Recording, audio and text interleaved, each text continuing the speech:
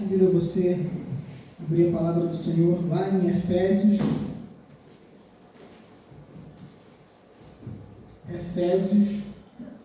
capítulo 4,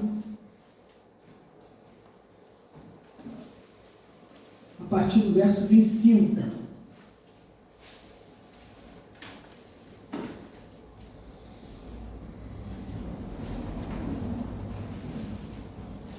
Efésios capítulo 4, 25.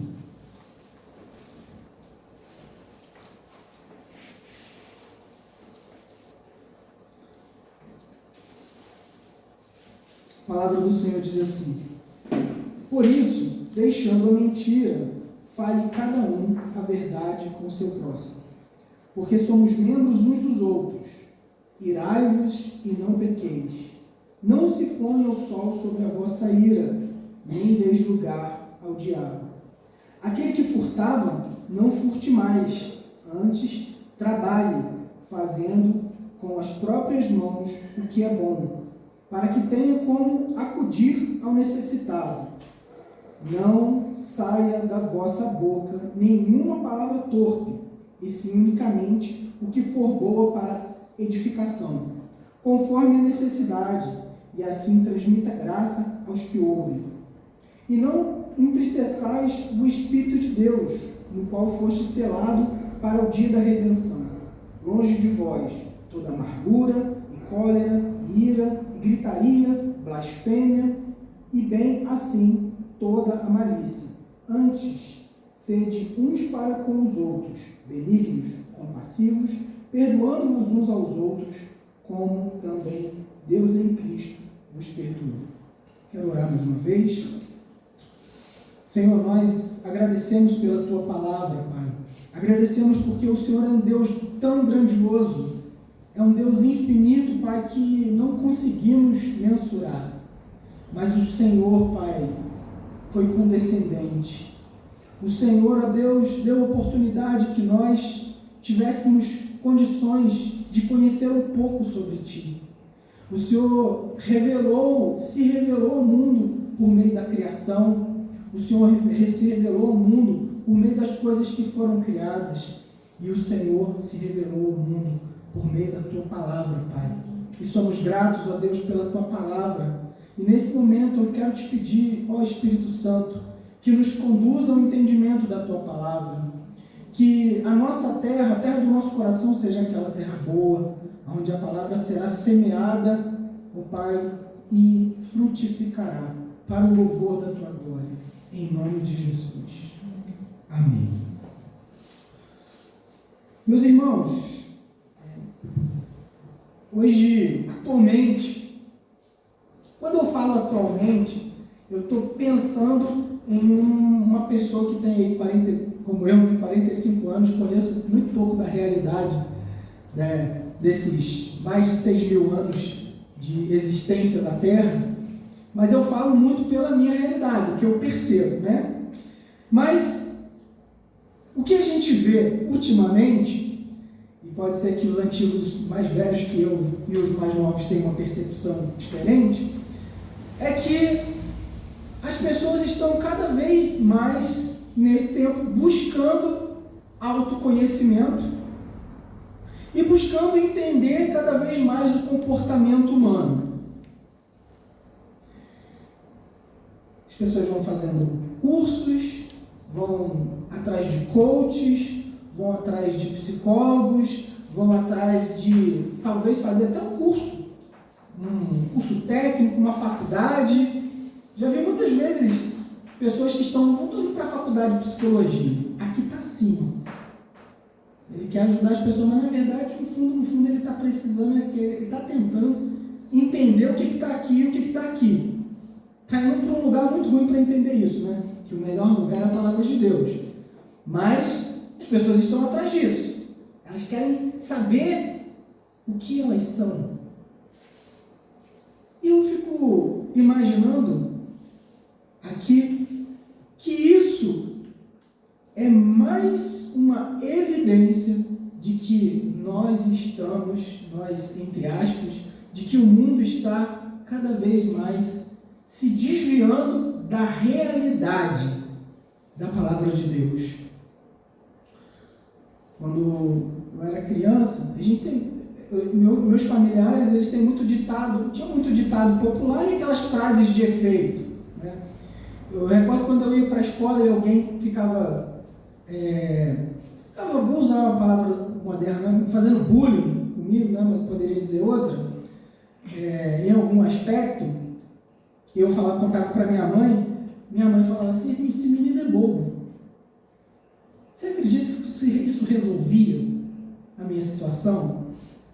Porque o menino estava ali me perturbando, ela falava: esse menino é bobo. Brincadeiras assim, né? Grosseria, né? Como eu sou um sujeito muito alto, comecei um anão, alguma coisa assim nesse sentido. Então, ela falava aquilo para mim e resolvia a situação. A gente tem muito conselho de antigos. Eu anotei alguns aqui que eu pesquisei, de frases, né, que a gente ouviu dos antigos, que são coisas tão simples, que se a gente colocar em prática, eu acho que resolve algumas questões que talvez nós não precisássemos fazer tantos cursos para poder aprender. Bom, não sei se vocês já escutaram algumas coisas no sentido de: no fim dos tempos vai faltar corda para amarrar tanto doido. Outro, quem tem muito a falar dos outros não tem nada de bom a falar de si mesmo. Não é? A boca aberta, fala demais dos outros, está falando mal dele mesmo. Olha para os dois lados antes de atravessar a rua. Nunca gaste mais do que você ganha. Manda quem obedece, manda quem pode, obedece quem tem juízo. Muitos de nós, eu poderia aqui falar muitos outros, e é possível que você tenha algumas frases aí de sabedoria popular que nos ajuda a viver melhor. Mas hoje, da mesma forma que de um lado as pessoas estão se desviando cada vez mais da verdade de Deus, e muitas dessas sabedorias são simples, mas estavam pautadas numa tradição cristã que a gente viveu aí durante muitos anos aí com mais força no nosso mundo. Hoje existe até uma moda cristã, mas não uma tradição de virtude cristã. É moda, mas uma tradição virtuosa de princípios cristãos a gente não vive. Cada vez mais longe. E a promessa da psicanálise e da psicologia é de que quanto mais nós tivéssemos liberdade, melhor a gente ia se sentir. Então, não importa com quantas pessoas os jovens e adolescentes vão ficar, com quantas pessoas elas vão se envolver intimamente, se você está negociando a verdade, se você está usando de malícia para se dar bem no seu trabalho, porque regra é uma coisa muito ruim, né? É uma geração que odeia regras. Inclusive, quando você vai falar, ensinar alguma coisa, se você falar: eu queria te ensinar 2 regrinhas, 3 regrinhas, a pessoa já começa a ficar meio: ai meu Deus, regra? Mais regra? Tanta regra? Então, se a gente não souber as regras básicas, as regras simples, a gente não vai viver bem nesse mundo. Esses dias morreu um rapaz que pedala com a gente, né? Provavelmente o Flávio conhece, que o sujeito infringiu uma regra. Ele atravessou onde não podia o carro e acertou um homem lá, nosso colega, tinha pouco mais de 50 anos, e ele morreu. Porque não queria obedecer uma regra. E um estava seguindo a regra, o outro não quis seguir a regra. Então as pessoas estão querendo cada vez mais se distanciar disso. Isso cada vez mais adoece as pessoas. Porque quem semeia o vento vai colher a tempestade, né? Então, se a gente semeia, a gente vai colher. Pouco antes desses versos que eu li, o apóstolo Paulo, no início do capítulo 4, ele vai falar sobre a igreja. Ele inicia o capítulo 4 de Efésios falando: rogo-vos, pois, eu, o prisioneiro do Senhor, que andeis de modo digno à vocação que foste chamado. Nos 3 primeiros capítulos de Efésios, a gente vai ver praticamente um resumo de uma doutrina que a gente encontra em Romanos do início ao fim. Mas aqui está um pouco mais resumido. Quando chega no capítulo 4, o apóstolo Paulo vai começar a falar sobre a prática. No capítulo 1 de Efésios, ele vai falar sobre a salvação em Cristo Jesus, que nós estávamos mortos e ele nos deu vida, que vivemos para o louvor e a glória de Deus, que a salvação é um presente, uma bênção de Deus para as nossas vidas. Quando ele chega no capítulo 4, ele vai dizer: rogo-vos, pois. Então, o que ele está querendo dizer? Olha, diante de tudo isso aqui que vocês estão presenciando, que eu ensinei, expliquei para vocês aqui, que são bênçãos espirituais nas regiões celestiais, logo no início de Efésios capítulo 1 ele começa dizendo isso. Eu quero dizer: rogo-vos, pois, irmãos, que andeis de forma digna à vocação que vocês foram chamados. E ele vai começar instruindo a igreja no verso 22 do capítulo 4 ainda. Consegue abrir? Obrigado. No verso 22, um pouco antes aí, ele vai dizer assim: no sentido de que, quanto ao trato passado, quer dizer, a sua vida passada, ele diz: vos despojeis do velho homem, que se corrompe segundo a concupiscência do engano, e vos revistais no espírito do vosso entendimento, e vos revistais do novo homem, criado segundo Deus, em justiça e retidão, procedente da verdade. Quando eu vejo esse texto, eu me lembro de alguém, obrigado, eu me lembro de alguém que saiu de casa, que pediu toda a sua parte na herança, que abandonou seu pai e foi gastar a sua herança de forma irresponsável, que alguns títulos de algumas Bíblias chamam de filho pródigo. E esse filho pródigo, ele se suja, ele se prostitui, ele se vende, ele vive de forma absoluta, soberba, gastando tudo que ele tinha. Mas como Deus é muito bom, e o filho pródigo é um filho, Deus traz ele de volta, de forma muito humilhante. Quando ele já estava desejando comer comida de porcos, Deus traz ele de volta. E ele tira aquela roupa suja, imunda que ele tinha. E o que o pai faz com ele? Dá novas vestes. Coloca um anel no dedo e uma sandália nos pés. Todo pai que ama o filho quer fazer isso com o filho. Olhar o filho e perceber: meu filho não está bem, ele está sujo. Ele está sujo, ele está imundo. E o pai, quando vê um filho imundo, dói, se entristece. Mas o filho está lá.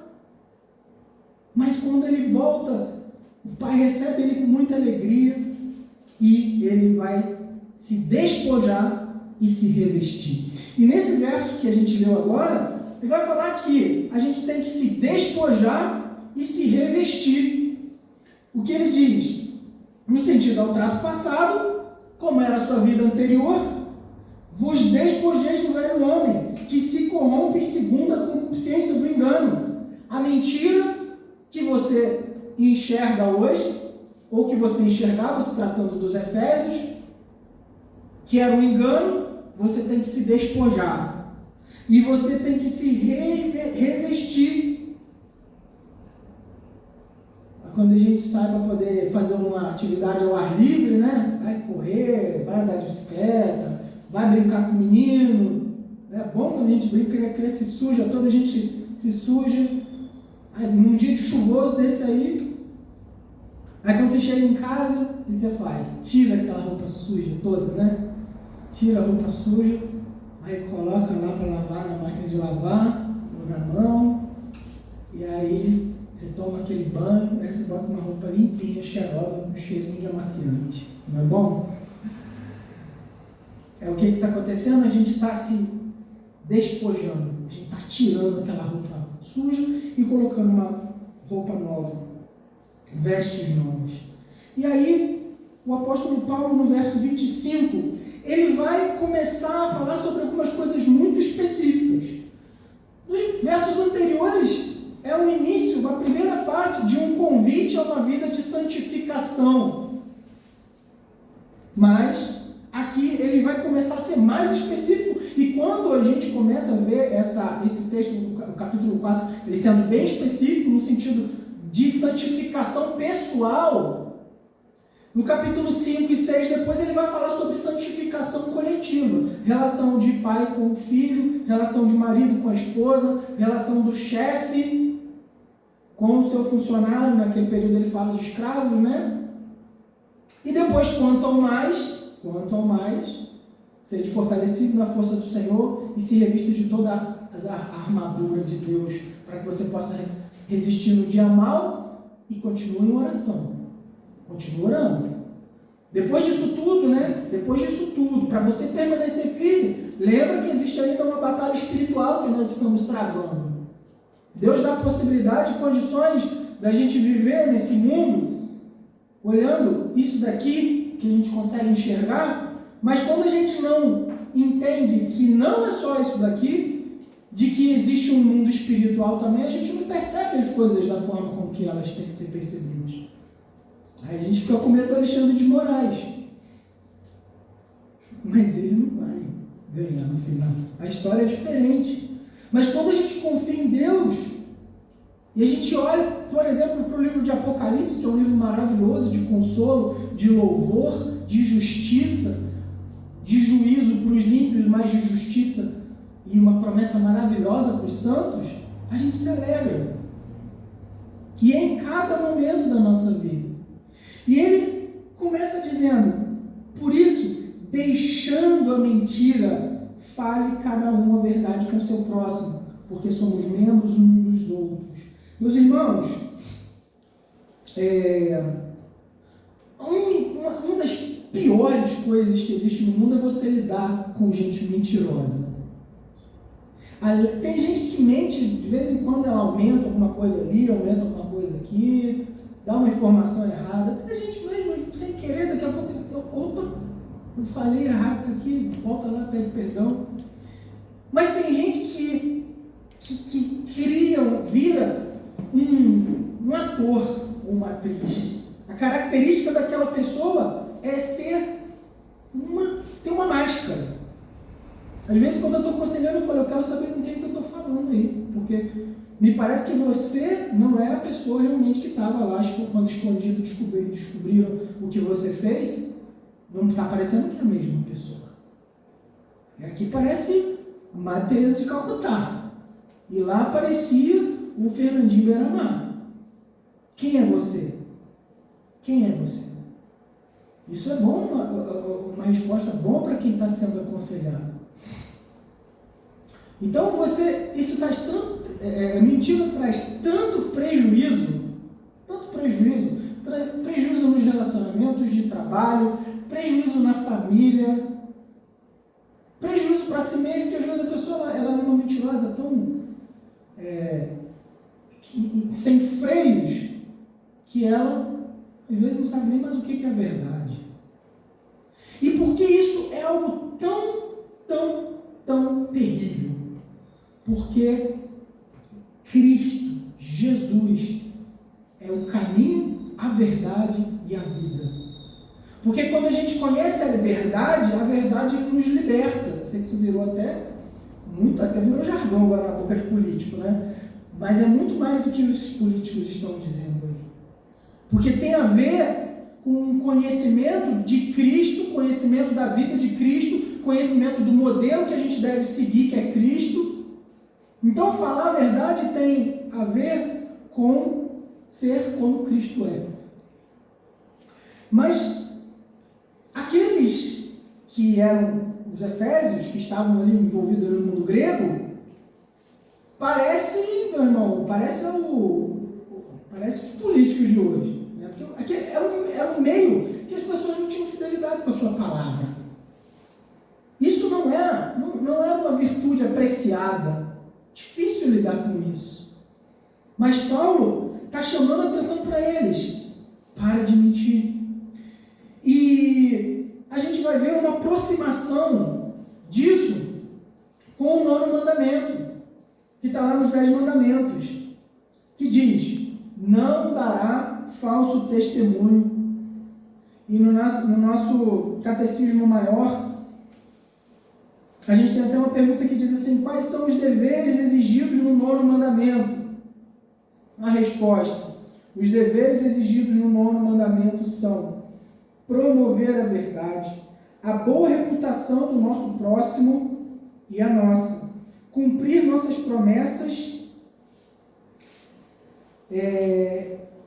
estudar tudo aquilo que for verdadeiro, honesto, amável, de boa fama, que é o que está lá em Filipenses. Então não basta você parar de falar mentira, você tem que começar a exercitar, falar a verdade. Eu andei hoje mais de 100 quilômetros. Você vai calcular lá, não deu 68 pontos. Gente, que exagero. Hoje eu trabalhei até 10 horas da noite, 8 horas você já estava dormindo. Só que a gente tem um hábito, às vezes, de, exagerar. Então, precisamos nos despojar e revestir. Não é só parar de falar mentira, é aprender a falar a verdade com o seu próximo. Por quê? Porque somos membros uns dos outros. Em Romanos, capítulo 12, verso 5, diz isso. Nós somos um só corpo. Então, quando a gente pega contra o nosso irmão, a gente está pecando contra nós mesmos. Isso quer dizer que a gente não vai falar a verdade só com o nosso próximo? Não, a gente precisa falar com todos. Às vezes a gente vê muitas pessoas falando assim: mas e se você tivesse na Segunda Guerra Mundial e você tivesse um judeu no seu território, chegasse um alemão e você está escondendo ele, e o sujeito fala assim: tem judeu aí para matar? Aí você ia dizer assim: não tem judeu. O sujeito podia até falar, mas continua sendo pecado e continua sendo mentira. Mas é um mal menor para um bem maior. Continua sendo pecado. Eu, sinceramente, eu não sei o que eu ia fazer. Mas continua sendo pecado. Continua sendo mentira. E quando a gente tem mais a tendência a correr o risco de mentir? Quando a gente está passando alguma pressão. Eu sou o melhor funcionário da minha empresa. Melhor. Eu não sou não, mas imagina, né? Que eu fosse o melhor funcionário da minha empresa. E recebi prêmio, inclusive. Aí, aquele dia que eu fui, eu falei: hoje eu vou ver aqui um filme até mais tarde, ficar acordado. Aí você tem que chegar no trabalho 8, 9 horas. Aí quando você viu o relógio, era 9h30. Aí você bota aquela roupa rápido, pega um carro, sai correndo. Quando chega no trabalho, como que você vai dizer que você simplesmente não acordou por motivo nenhum? Principalmente quando você foi responsável no dia anterior. Aí o chefe fala: o que aconteceu? Será que a gente fala assim? Fui irresponsável. Não fui responsável essa noite. Deveria ter dormido mais cedo, mas passei a noite, fiquei lá, estava querendo ficar e foi isso, me perdoa. A maioria das pessoas, na maioria das vezes, a pessoa fala: não, ele ainda quer sair por cima. Estava na rua, vi um sujeito que foi atropelado, fui lá, salvei, levei ele para o hospital, né? Catei o bêbado, levei. Isso obviamente é um exagero, né? Mas às vezes a pessoa vai criar uma mentirinha ali, mas isso conta também.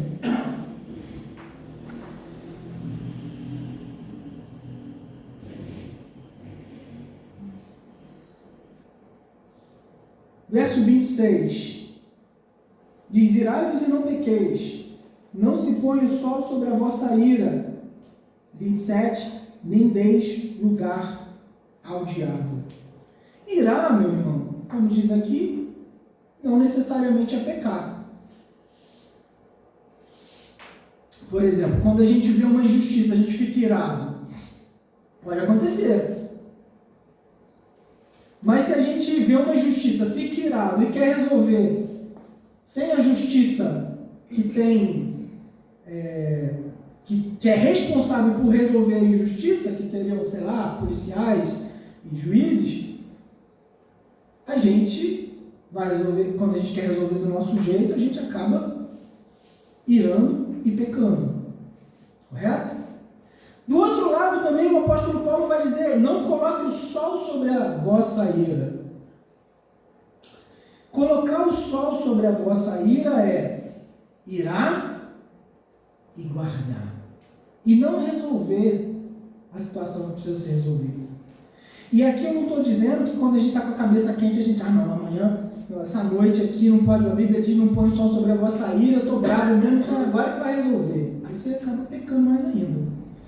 Para você não colocar o sol sobre a sua ira e resolver o que você precisa resolver, você precisa seguir o conselho lá de Romanos 15, 14, que diz que nós devemos estar cheios de toda, o que diz lá? Toda bondade, aptos para vos admoestar. Então, para que a gente possa admoestar alguém, para que a gente possa resolver uma situação, antes a gente tem que começar a pedir ao Senhor: Senhor, calma esse Adão que está aqui dentro de mim. Me ajuda porque eu não estou conseguindo, eu estou bravo demais. E nem sempre a gente faz assim, tá? A gente resolve às vezes as coisas mesmo do jeito irando e pecando. Mas o convite ao cristão é: irai-vos e não pequeis. E tanto para um lado quanto para o outro, isso é um caminho de morte. Lá no Catecismo Maior, pergunta 35, vai dizer sobre preservação, vai falar sobre a preservação da vida, que tem a ver com o mandamento de não matar e preservar a vida. Então, tanto irá pode levar à morte, quanto colocar o sol sobre a vossa ira pode levar à morte. A gente chama isso de territórios escorregadios. Tanto para um lado, se eu iro, o que eu posso fazer quando eu iro? Eu posso ofender, eu posso ferir mesmo, o que eu estou dizendo é machucar, bater, e eu posso até matar, correto? O auge da ira, do pecado da ira, foi o que Caim fez com Abel. Ele irou contra o seu irmão, e o que ele fez? Tirou a vida. Então, quando a gente ira, o auge da ira é tirar a vida. São os desgraçados desse mundo, que tem pouca graça de Deus. Já chegou um ponto assim de irar, de ver uma vida irada, chamam de psicopata, né? Vou botar um nome de doença, mas é um cara ruim, desgraçado, matou, foi lá, fez o mal. Por outro lado também, do terreno escorregadio, é quando a gente coloca o sol sobre a nossa ira. Não, eu não vou conversar, eu não vou falar, eu não vou resolver. E aí eu vou me isolar. Começa a se isolar. Acontece muito com adolescente, né? Começa a se isolar, entra no quarto, alguns, né? Entra no seu quarto, fecha a porta, coloca o fone de ouvido, vai se isolando, não quer conversa. Isso pode levar uma pessoa a uma depressão, até um ponto de um suicídio. Por quê? Porque não quer fazer da forma com que a palavra diz, resolver. E aí no verso seguinte, 27, ele vai dizer: e não deis lugar ao diabo. Por quê? Porque quando você ira e peca tanto para um lado quanto para o outro, você está pavimentando, você está construindo os alicerces para o diabo, para aquele que divide, tomar espaço na sua vida. A partir daí, nós começamos a pensar da forma com que o diabo quer que nós pensemos. A gente começa a meditar, pegar as nossas resoluções e tentar resolver as coisas da forma com que Satanás quer que nós resolvamos. E o Calvino fala sobre esse texto, comentando, ele fala sobre isso. É uma pavimentação, você está pavimentando, você está criando um alicerce para que o diabo possa agir. Você está criando um terreno fértil para ele agir. E a amargura. É a amargura. A perseguição pode vir amargura, na tristeza pode vir amargura. No casamento acontece muito isso. Um começa, fala, fica chateado, aí não resolve, aí começa a passar o tempo, passa o tempo e vai morrendo o casamento. E vai dando lugar ao diabo, entregando a mente à amargura. Verso 28. Aquele que furtava, não furte mais. Trabalhe fazendo com as próprias mãos o que é bom para que tenha que acudir ao necessitado. Pode ser que muitos de nós aqui não sejamos ladrões, né? A gente não roube. Mas a gente pode trabalhar e ganhar dinheiro. A gente pode querer ser rico, né? É bom ser rico. Mas a palavra fala, ela ensina que a riqueza ela pode vir, mas ela tem que dar condições que a gente atenda os necessitados. O nosso dinheiro e a nossa riqueza, ela nunca tem que ser só para nós. Então ele está ensinando pessoas a se despojar, o quê? Do roubo. Mas também a aprender a usar os seus recursos para abençoar a vida de pessoas. Imagina se isso fosse uma realidade na vida da igreja. Tem uma prática puritana que diz que eles deveriam ganhar o máximo que eles podiam, economizar o máximo que eles podiam e dar o máximo que eles podiam. Então, se ele ganhasse, ganhar o máximo que eles podiam de forma justa e honesta, trabalha, ganha com justiça, nas comunidades. Agora eu posso também guardar, não gastar com besteira. E acabava que eles mesmos iam se assistindo. E um país aí muito famoso que a gente conhece ficou rico com essa mentalidade. E não tinha o coach para poder ensinar eles. Era só trabalho duro, administração boa e generosidade. Uma coisa muito simples. Mas na maioria das vezes a gente vai estar ali pensando, eu preciso de uma casa. Mas se eu conseguir mais uma casa, eu posso botar para alugar. Se eu conseguir uma outra casa, eu posso descansar na praia. Se eu conseguir mais uma casa, aí eu já posso deixar uma herança aqui para os meus netos. Mas queria uma casa. Essa casa eu vou ter mais recursos, eu posso abençoar um casal de missionários, eu posso abençoar tantas outras coisas. A gente tem que começar a pensar nisso. E aqui está relacionado com o 8º mandamento, que é não roubarás.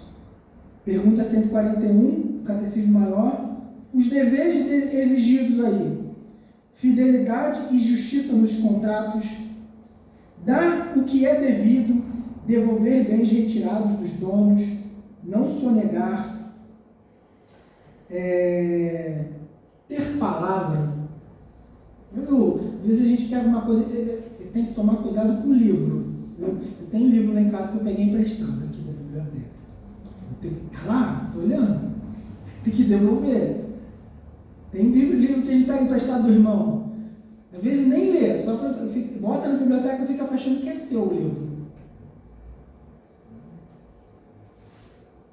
Mas tem que devolver. Eu me recordo quando Jesus me salvou, eu tinha tanta tranqueira lá em casa que era das pessoas que eu tinha que fazer uma lista assim, para poder sair devolvendo. Era violão, era guitarra, era um monte de coisa. Eu ia lá e tive que sair. CD, pegava emprestado, passava um ano, estava lá em casa, tinha que se devolver. Isso é roubo. Paulo deixa claro isso. Então, está ligado que está relacionado com o 8º mandamento. Verso 29.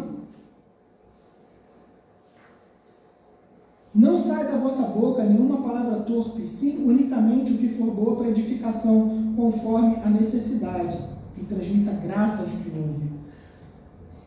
Palavra torpe, as pessoas acham que palavra torpe é só palavrão, né? E é também. Mas é palavra que a gente vai falar que não vai edificar. Melhor coisa que tem para uma pessoa que vai falar alguma coisa que não vai edificar é se calar.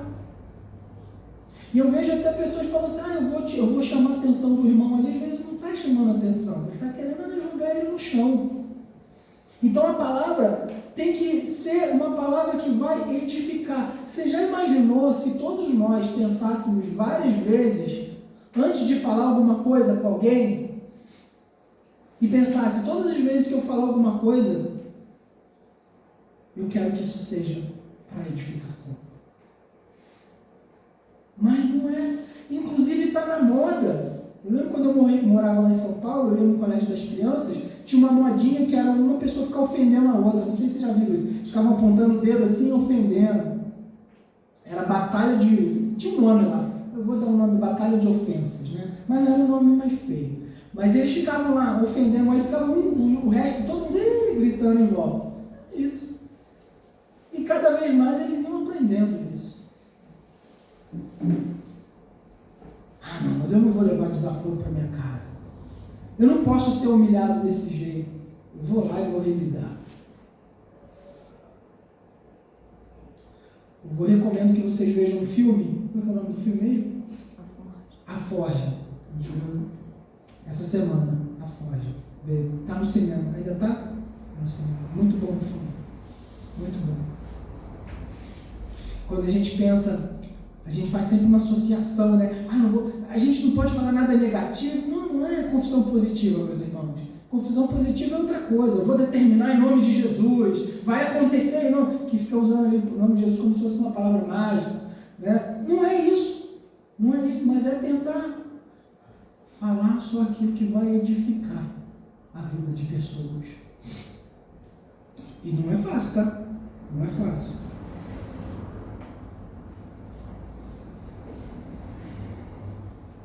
No verso 30, diz: e não entristeçais o Espírito de Deus, no qual foste selado para o dia da redenção. Muitas vezes, eu preciso lembrar disso, eu sei que a gente sabe, os testemunhas de Jeová, eles entendem que o Espírito Santo é a força ativa de Jeová. Ele é uma força, uma forcinha. Mas não é isso que a palavra do Senhor ensina. O Espírito Santo é uma pessoa. O Espírito Santo, ele nos conduz. O Espírito Santo, ele nos inspira. O Espírito Santo, ele nos convence do pecado, do juízo, da justiça. E ele está aqui com a gente agora. Está me dando aqui motivação e força para dizer algumas coisas aqui, até porque eu acho que se eu fosse por mim, não consigo. Ele está conosco, ele é uma pessoa, e aqui está dizendo que ele se entristece. E Paulo, imagino que Paulo deixa isso aqui muito claro, porque eles viram aquela realidade. De todos os milagres, como Paulo chegou lá, na sua viagem missionária, em naufrágio, sendo curado de picada de serpente, pregando, sendo apedrejado, sendo chicoteado, e nem um momento de murmuração. E a gente pode ver isso também na vida de nós, de cada um de nós aqui. Às vezes a gente é grato a Deus e fala: Senhor, muito obrigado, e louva a Deus por tantas coisas que acontecem, tanto difíceis como mais tranquilas. Então o Espírito Santo é uma pessoa, vale lembrar. Verso 31. Longe de vós toda amargura, é o resultado. A possibilidade da gente se amargurar é muito, muito grande. Mas meu filho não me respeita mais, já tem muito tempo, eu falo, ele só é grosseiro comigo, mas a minha mulher me respeita, meu marido não me ama, não me honra, meu chefe não aguento mais. A gente vai acumulando aquilo, vai virando amargura, longe de nós toda amargura e cólera, ira, gritaria, blasfêmia, bem assim como toda malícia, que é piadinhas de duplo sentido, lidar com as pessoas como se você... Eu sempre dou uma ideia, o que é malícia? É como você está jogando xadrez, não sei se vocês gostam de jogar xadrez, mas quando você vai jogar xadrez, você faz umas armadilhas, você cria umas armadilhas, você começa a querer criar uma forma de, eu vou fazer essa jogada aqui, porque ele vai aqui, vou criar uma boa de uma armadilha para eles. Isso é malícia. Na brincadeira, no jogo até que vai. Mas tem gente que é isso. Eu vou mover essa peça aqui agora. Ele não esperava que eu tivesse movido essa peça. Aqui eu estou falando de forma metafórica da nossa vida, né? Eu vou jogar, eu vou agir dessa forma aqui que eu vou obrigar ele a fazer desse jeito aqui. É lidar com as coisas com malícia, blasfemando, com ira e gritaria. E para finalizar, ele diz: antes sejam um para com os outros benignos, compassivos, perdoando uns aos outros, como também Deus em Cristo nos perdoou. Hoje de manhã na escola dominical eu estava falando aqui que às vezes a gente olha para algumas pessoas e a gente fica imaginando: meu Deus, esse daí não tem jeito, isso aí não dá para perdoar. Pecado no nosso coração, às vezes, de ver uma pessoa e falar assim: esse cara é tão mal, tão ruim, que se eu tivesse a oportunidade de eliminar esse sujeito, eu faria. Mas antes de tudo, como diz a palavra, a gente tem que orar. Pode ser que em algum momento a justiça divina até dê um jeito de eliminar, mas a gente tem que orar antes de tudo. A gente tem que orar. E creio que uma pessoa dessa pode em algum momento se converter. Estava falando hoje de manhã também que a gente olhava quem olhava para o apóstolo Paulo naquela época ficava pensando aí que é esse juiz aí que a gente tanto irrita a gente das suas decisões, né? E para finalizar, aplicando as nossas vidas, o que eu quero dizer a cada um de nós aqui é o seguinte: os conselhos que nós escutamos aí talvez dos nossos pais, dos nossos avós, daqueles sábios que nos criaram, ou alguns, talvez até pessoas que estiveram próximos de nós, eles não são os conselhos da palavra de Deus. A palavra do Senhor nos convida a se parecer com Jesus. Não com o coach mais famoso, não com o personagem do filme que destrói tudo, não é um exemplo de masculinidade, muitos que a gente tem aí, que é na briga,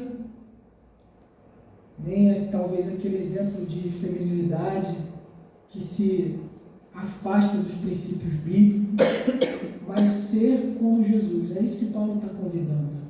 Ele está fazendo uma aproximação com os mandamentos do Senhor. Jesus também faz isso. E o que ele quer de nós é que cada vez mais a gente se santifique e se pareça com Cristo. Amém, meus irmãos?